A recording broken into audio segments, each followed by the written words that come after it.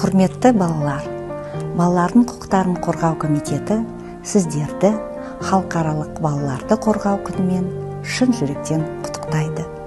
Сіздер бақытты жансыздар, себебі ынтымақ бірлігі мен берекесі жарасқан елде өмір сүріп жатсыңдар. Қазақстан сарқылмас байлық пен шексіз мүмкіндіктер мекені. Ал еліміздің ең басты байлығы ол сіздер. Жарқын болашаққа ұмтылған талантты, дарынды жас ұрпақ.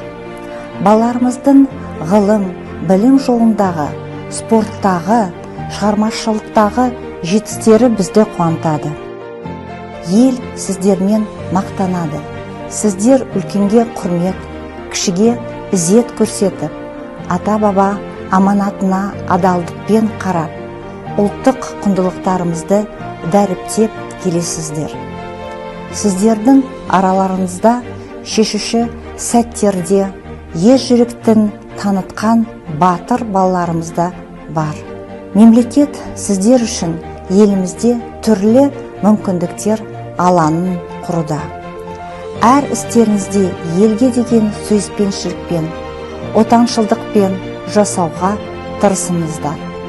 Біз сіздерді әрқашан қолдаймыз және қорғаймыз.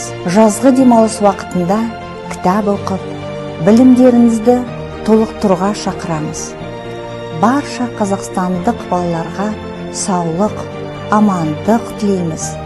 Жаңа мүмкіндіктер ашылып, шығармашылық шабыттарыңыз шыңдала берсін. Еліміздің адал, лайықты азаматты болып өсіңіздер. Ел болашағы сіздердің қолдарыңызда. Біз сізге сенеміз.